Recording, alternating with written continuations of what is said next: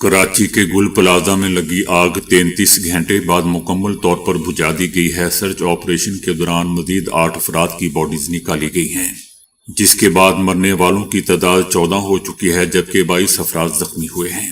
آگ پر قابو پانے کے بعد فائر فائٹرز پلازا کے اندر داخل ہوئے۔ جلی ہوئی دکانوں میں محدود پیمانے کا سرچ آپریشن کیا گیا۔ اس دوران ایک بچے سمیت 3 افراد کے اعضاء ملے، جنہیں سول ہاسپٹل ٹراما سینٹر منتقل کر دیا گیا۔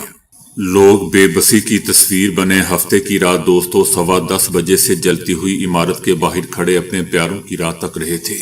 پولیس کا کہنا ہے کہ اہل خانہ سے لاپتہ افراد کے موبائل نمبرز حاصل کر لیے گئے۔ 20 سے زائد افراد کی لوکیشن گل پلازا کی آئی ہے۔ کٹر کی مدد سے کھڑکیوں کو کاٹا جا رہا ہے، ہتھوڑوں کی مدد سے دیوار کو بھی گرایا جا رہا ہے۔ ریسکیو حکام کا کہنا ہے کہ آگ کی وجہ سے عمارت کے پلرز کمزور ہو گئے ہیں، متعدد دراڑیں پڑ چکی ہیں۔ عمارت انتہائی پرانی ہونے کی وجہ سے اس کے گرنے کا بھی ڈر ہے۔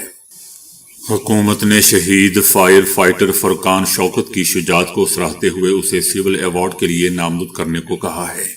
سندھ حکومت کا کہنا ہے کہ 65 کے قریب لوگ لاپتہ ہیں۔ رش کے باعث امدادی کارروائیوں میں مشکلات آئی تھیں۔ عمارت کے پیچھے سے بھی آپریشن کیا جا رہا ہے۔ آگ پر مکمل کنٹرول اور کولنگ کا عمل کب مکمل ہوگا، وقت نہیں دے سکتے۔ صدر الیکٹرانکس ڈیلر ایسوسی ایشن کا کہنا ہے کہ گل پلازا میں آگ سے اربوں روپے کا نقصان ہوا ہے۔ ان کا کہنا ہے کہ دکاندار اور ان کے ورکرز تاحال عمارت میں ہی ہیں۔